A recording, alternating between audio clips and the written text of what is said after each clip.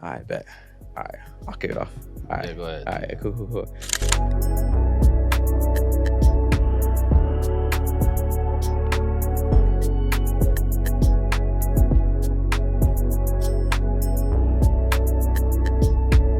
Welcome to another episode of the InnerChild Podcast, where we have authentic conversations about growth, childhood, and passions. I'm JB.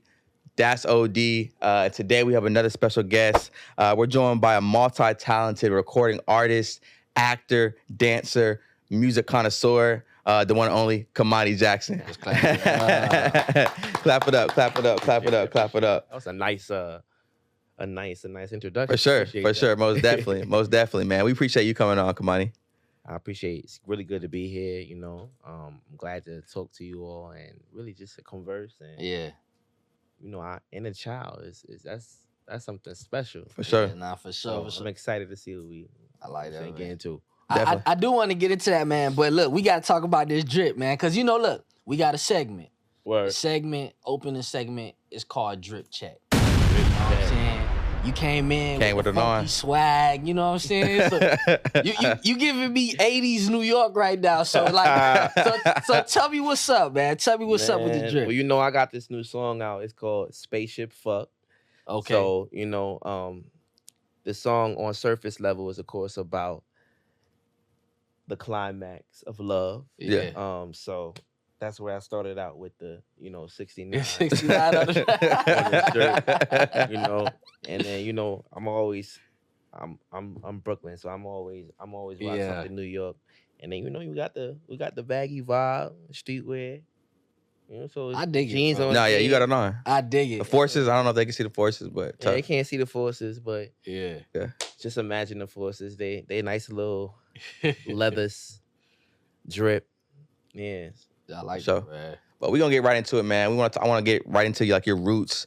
You already kind of touched on it, being in Brooklyn, growing up in Brooklyn. Just talk to us about how, that part of the city helped shape your identity, and kind of who you are, and kind of help spark any, what is it, your music interest, fashion, and what have you, just growing up in Brooklyn. Yeah.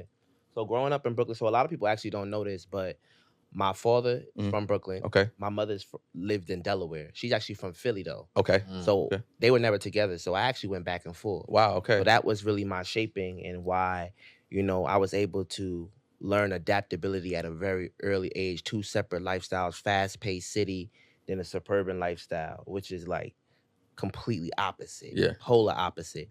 But that really helped me to become who I am and be adaptable in any space that I am. And I learned how to be okay with being on my own and learning how to fit in and learn how to, be a chameleon in the space that I'm in. So that growing up in a church too Yep. really helped me as an artist, as a singer.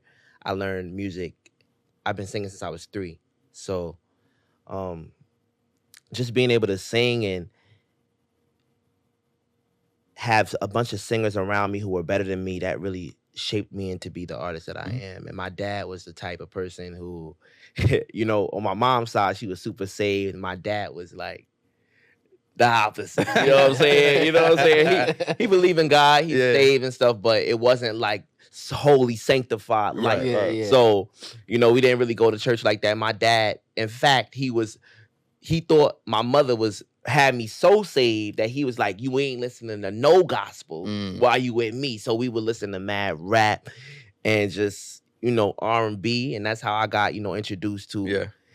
Usher and Earth, Wind and Fire and Chico DeBarge Yeah. and the DeBarge family and all the old school soul tracks and James Brown and all that. So,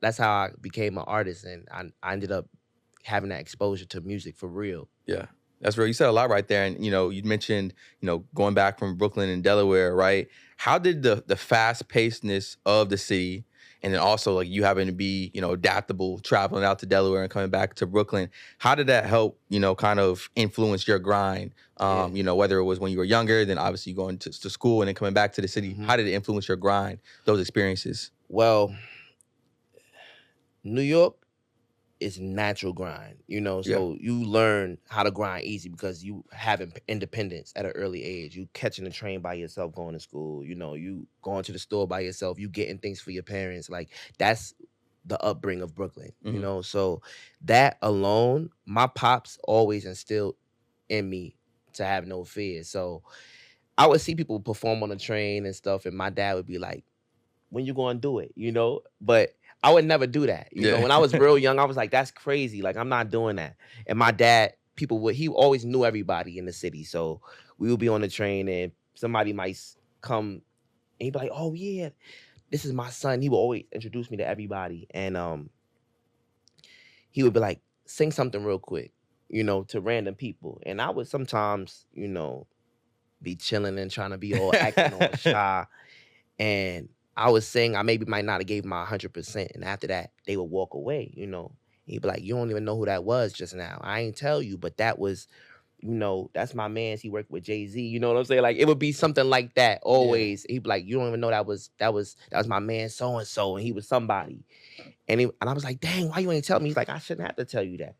No matter what, the quality of your performance and the quality of how you show up as an artist should never change based off of who I tell you somebody is, because these is people at the end of the day. So I never looked at celebrities as celebrities at an early age. I always thought, they were normal people. That's how my dad always explained it to me. So that exposure, and then my dad just being in the space of clubs. He always worked in club spaces and always worked at the hottest club in New York, or he worked in the hottest restaurant, and so he always had me in spaces I was never supposed to be in. Like, y'all don't know about Milk River, but Milk River used to be fire in Brooklyn. Okay. And it was a hot club and restaurant.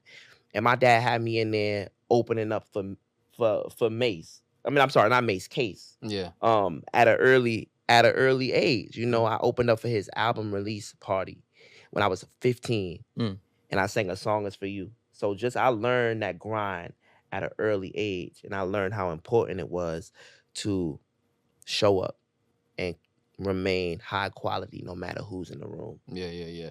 Speaking of that grind, obviously at that early age that you learned, you know what I'm saying? You had a few breakthroughs as a child star, right? It was on Sunday Best, you know what I'm saying? So talk a little bit about that experience and how, being on a platform like that kind of gave you the confidence to know that, all right, I could be this person. You know what I'm saying? Well, before that, I actually did Sesame Street. So that actually was the ground. I was a Sesame Street kid. So a bunch people they went after was people like that, the Disney type of kid who was just super outgoing. And so being on Sesame Street and being around other kids who were like that, I had that acting core. But before even all of that, I grew up in a ministry called Evelyn Graves Ministry, which was in Philadelphia. That was my mama's church. Yeah. So when I was with my mom, that's where I was. And they had a really big drama ministry. And so I learned how to act at a really early age before anything. And that, I just always was big. I was signed to Wilhelmina by the time I was 10 years old. And so that same year, when I was 10, I did a bunch of things. I was doing Sesame Street. And then that's how later on, I was in LA and I met Donnie McClurkin. Wow. Which he was coming out of Roscoe's Chicken and Waffles. And I was fearless. My mom originally was like, somebody who we was with was like, oh my God, that's the gospel singer. And they was like, Marvin Sapp. That's what they said. And my mom looked over there. She was like, nah, that's Donnie McClurkin. You don't know who that is. And she was like, go run and go talk to him and go. And so I just ran ahead and I saw him. And before my mom was already coming up, I don't know how, I was already singing for him. Yeah. You know what I'm saying? I don't know how. I must have been like, I sing. I don't know how I threw that in there, but I was probably like, I sing, because that's just the type of person. Yeah. At that age, I was fearless. When I was like 6, 7, I was going through that little shy phase, but 10, I was like, I sing. Yeah, I do that. You know what I'm saying? Yeah. I do this. And so before that, I was like, I ran up to him. I sang. He was on the street. And then after that, he prayed for me. We prayed on the street. We've been connected ever since. He's been a wonderful mentor. And I've went to his church in Freeport, New York. And I sang going there. And he always has been like a wonderful mentor, phone call away. So that was the way that I got onto Cesne Best. He's the one who invited us to come. And he was like, yo, my co-judges, they got to hear this. So I came there and I just sang. I sang like 20 times that day, just for everybody. And the cameras were following me through the entire experience. And I actually, by the time I auditioned, it was late night, and it was just a wonderful experience. I knew that I was too young to actually go on with the show, because you got to be 18 or older to do the show. So it was just, good TV and good opportunity and good exposure. And yeah, that was cool. So, obviously you done all this work when you were younger, right? And then you also did you done work with Tyler Perry and Cassie Davis. How did you end up at FAMU? Yeah, fact. FAM? The illustrious Florida Agricultural Mechanical University. October the greatest facts. Greatest HBCU in the world, arguably.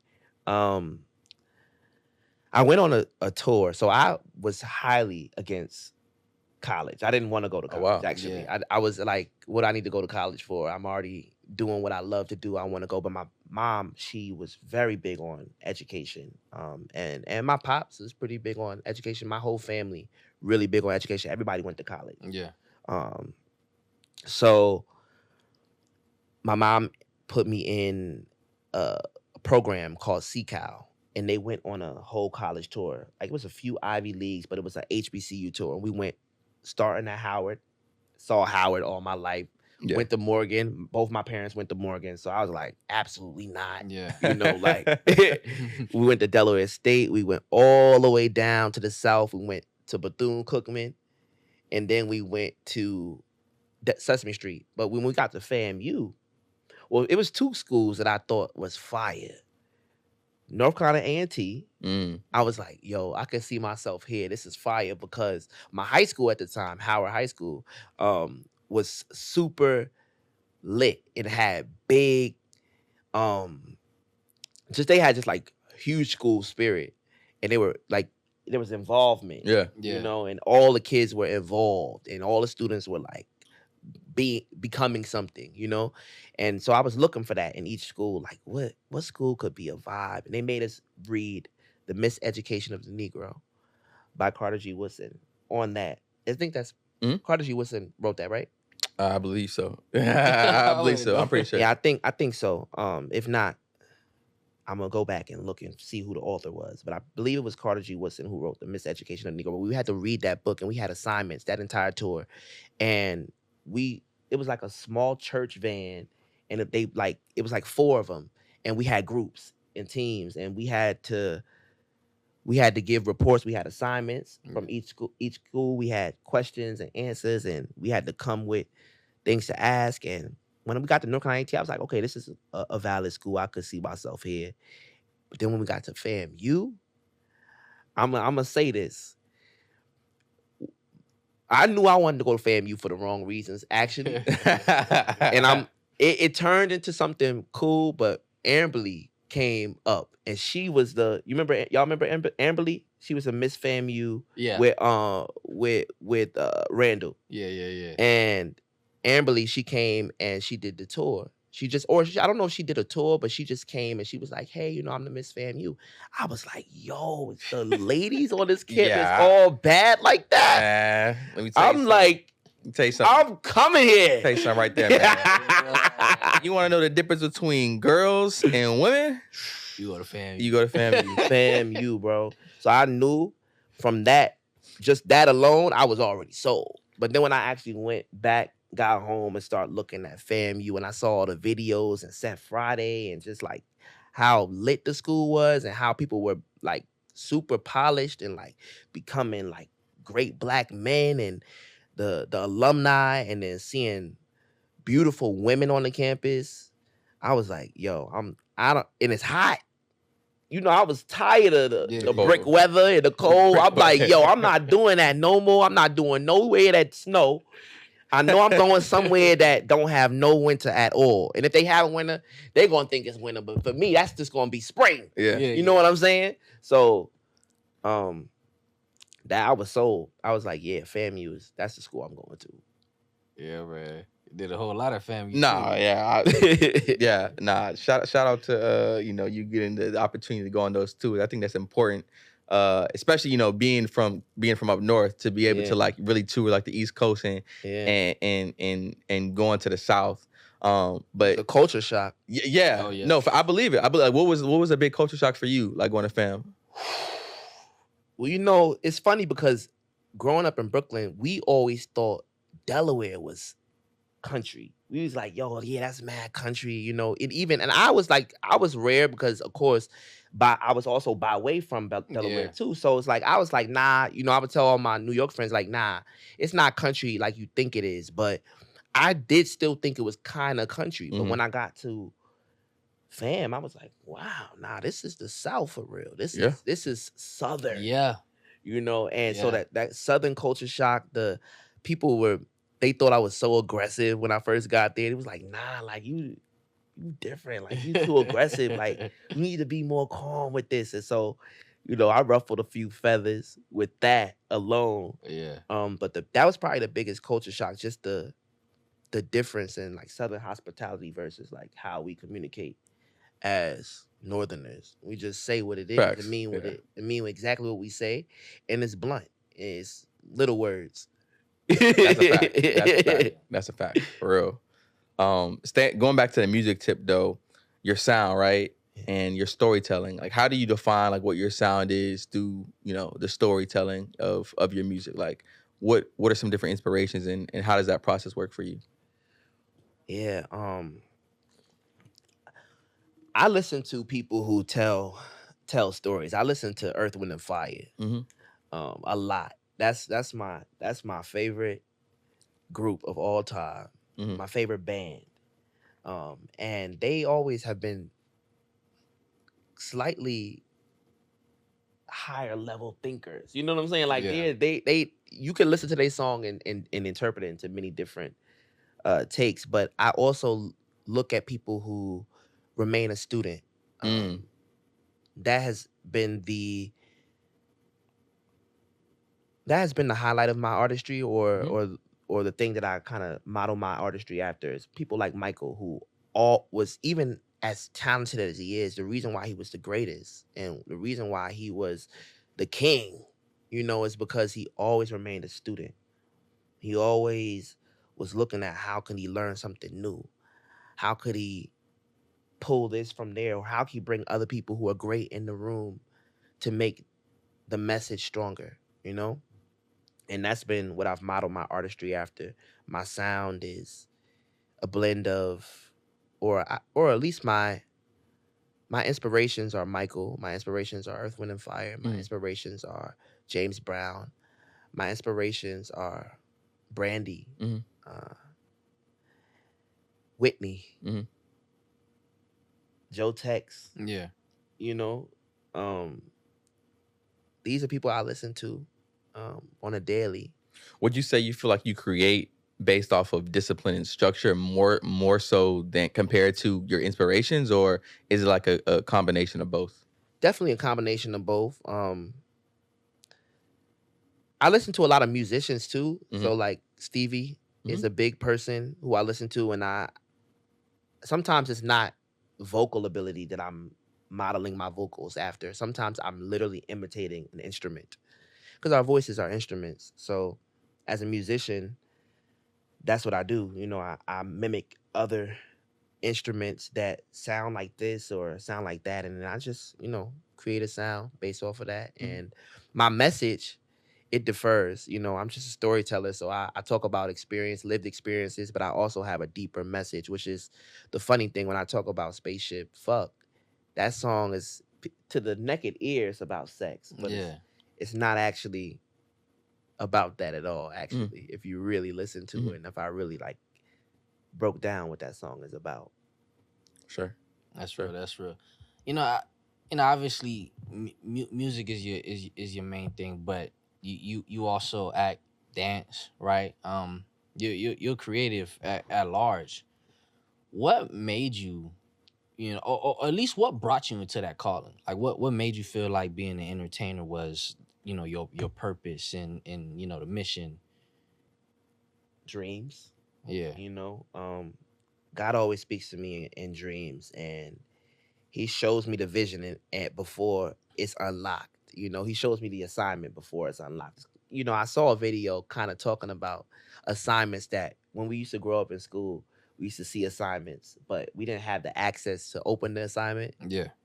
And I feel like that's how God works. Sometimes, like, we see the assignment, he shows us the assignment, but the assignment may still be on lock. We may not have the access to all the things. We may not know how we're going to get to the final destination, but at least he shows us that assignment or that vision. And so I knew from a young age that I could be a visionary, and that there was a calling for me in this industry to bring joy through entertainment, through music. Music heals. Music is powerful. Performance is powerful. Yeah. If you ever go to a concert, you go home and you think about it, and it inspires you in your entire work experience for the next week or two. Yeah. That's powerful, and I'm grateful to have a gift to inspire and to uplift, and I just want to continue to do that. Yeah. And I knew at an early age I wanted to do that. Yeah. So, yeah. Did you ever feel a certain level of pressure from your parents? Like, you mentioned like your dad, like, sing something, or your mom, hey, like go over there and sing real quick, right? Because sometimes, yeah, you mentioned from age 6 to 10, like it was a big jump to, you started singing immediately and you were confident, like you're a singer, or you're a musician, you're an artist, what have you. But sometimes the love for it can be necessarily forced on by the parents because, for whatever parents, some parents could have, wrong, negative intentions about what they want for their child because it's really for them or whatever. Mhm. Not saying that was the case, but just throwing these ideas out there. Yeah, facts. And then, you get older and let's say you do go to school or you're about to go to school and like you resent everything that you had coming your way or that you were involved in, whether it's Sesame Street, what have you, to the point where you're not really rocking with music no more. You're not really rocking with acting anymore. So what would you say about that? Yeah, my parents actually were the opposite. My dad was like very heavily like do the music thing. Yeah. My mom was she recognized and she supported what I did, but she also was like pro school. Gotcha. She was pro education and being educated as a Black man, and I appreciate her for that. The only thing is that, they didn't push music for me. So I really had to dig sometimes to get influence. I had to dig to do my own personal research to become the artist that I am. And I would say, it's a little different. That's a little different than when you see like parents who really like manage their kids, have connections, or are going to move to a whole city, because best case scenario, recognizing the upbringing as a child, most parents would like move to LA. You know what I'm saying? Yeah. Or just be like, yo, let's move to LA. Like, our kid is talented. Let's do this thing. But like also New York is popping too. So it's like we already had the access there. So I could just see,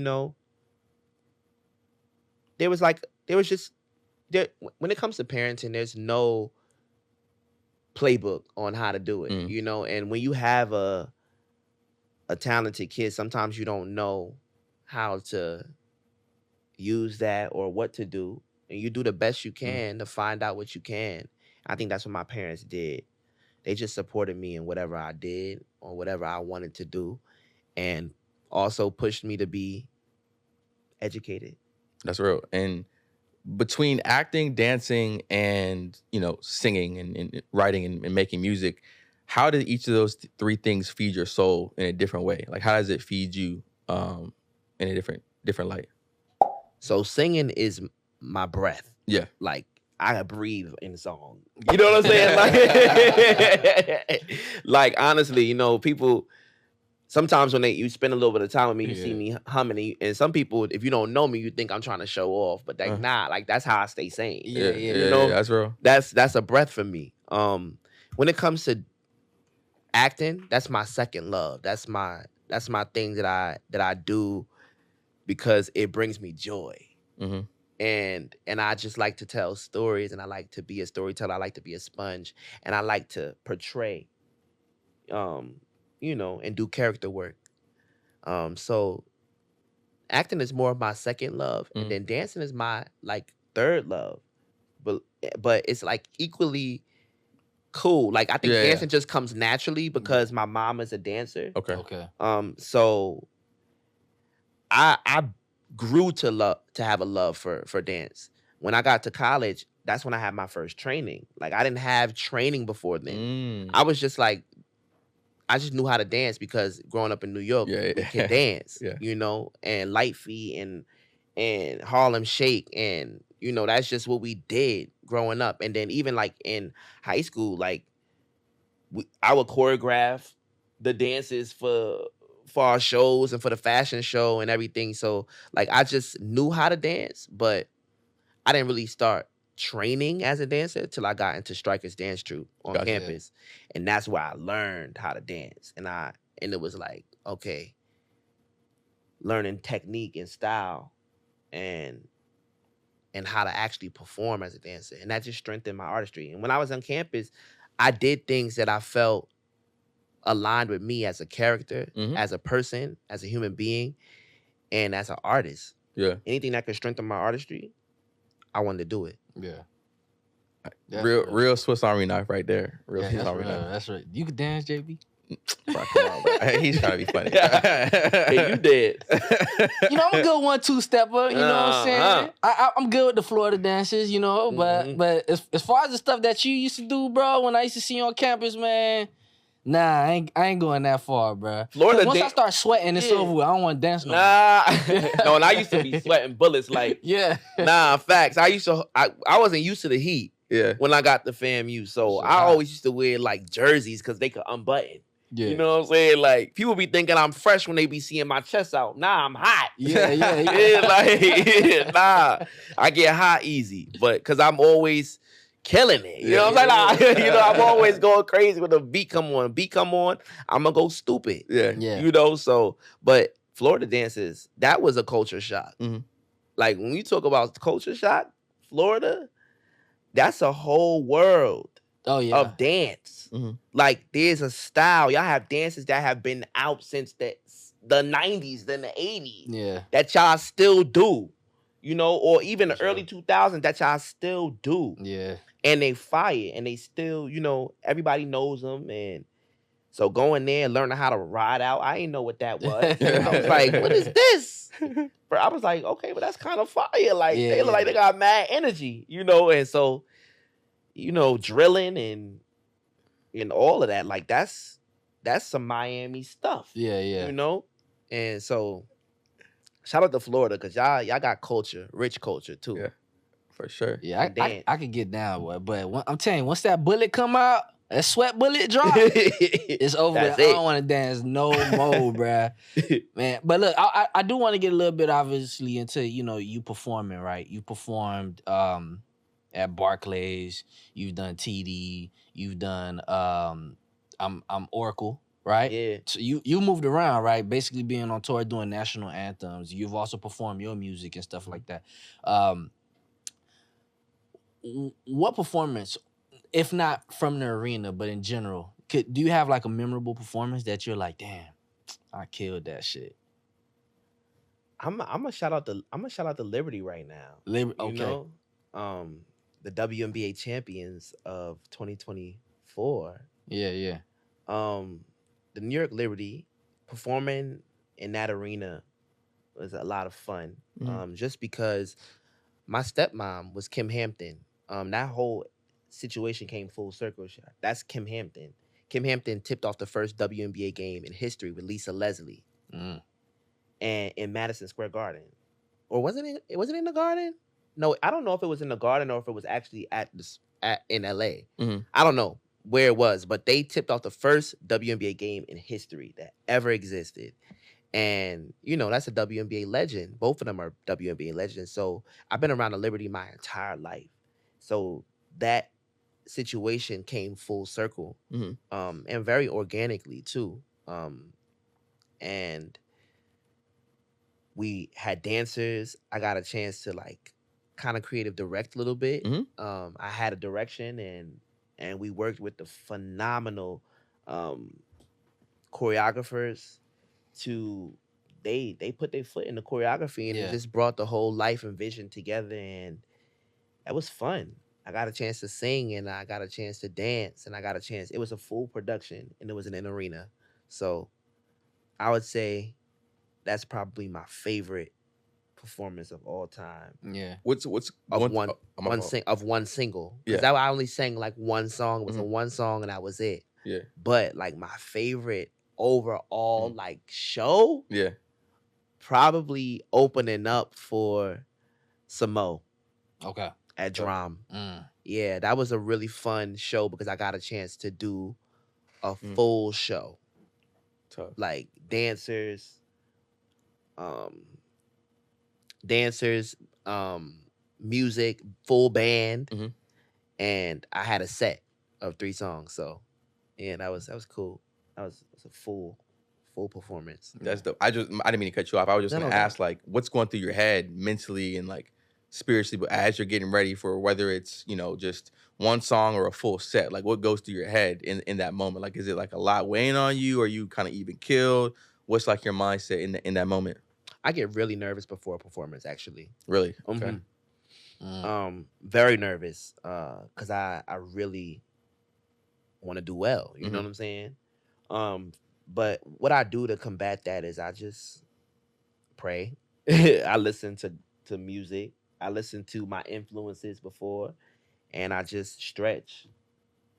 That's honestly the best thing I do. And I continue to tell myself and remind myself that I'm blessed Mhm. and that I'm created to do exactly what I'm going to do, which is inspire, bring joy, and share love. Yeah. And I just say that over and over to myself, and then I perform. I go out there, and when I hit the corner of the stage, I'm in character. That's It's real. I don't have time to be nervous anymore because I'm no longer me. Yeah. Kimani is nervous, but now when I go on the stage, I'm Kimani Jackson, Yeah. the artist. So I leave all of my fears and all of those things out at the door, Yeah. at the stage, at the edge of the stage, off the stage. Yeah. On the stage, I'm cool. I'm chilling. Yeah. And we gonna vibe. Yeah, that's cool. So, I mean, obviously, you got your music out right now. You're talking about Spaceship Fuck. The previous one, Icebreaker, Yes. Sir. right? What's the next era of Kimani looking like right now? Woo. So I'm developing a new genre, actually. A new Oh. genre. Mhm. Okay. Okay, talk to It's you. called slap. Slap. Yeah. All right. So it's organized chaos to an extent, but it still slaps. I want people to listen. I like that. Overall, the music's got a slap, and I feel like there's a few people who could probably fall into this category eventually when it really is defined and developed. And my next EP, I want to lay the groundwork for that. Basically, but to go into depth, what slap is, it's a fusion between futuristic or experimental R&B and a mix of pop, a mix of hip hop, and it has the slap bass as the foundation of the track. Right. And it's kind of funky. It's like funk and hip hop or futuristic R&B and pop all had a baby. And that's slap. So it's organized chaos, it's harmonies. The listener can listen to the song 3 different times and hear 3 different things. Mhm. But they always gonna have that bass is gonna always drive the funk and the slap bass specifically because it's got a slap. Yeah. So that's the That's the I'm genre. I'm looking forward to that. I'm Yeah. looking forward to that. You got a lot of stuff going on, I feel like, and that's gonna be interesting, for once you come out with it. Yeah. And with that, like in your thought, what does success look like for you, right? Not just as an artist, but as a person. Success is planting the seeds that you hope to grow, and they grow, Yeah. and you see it.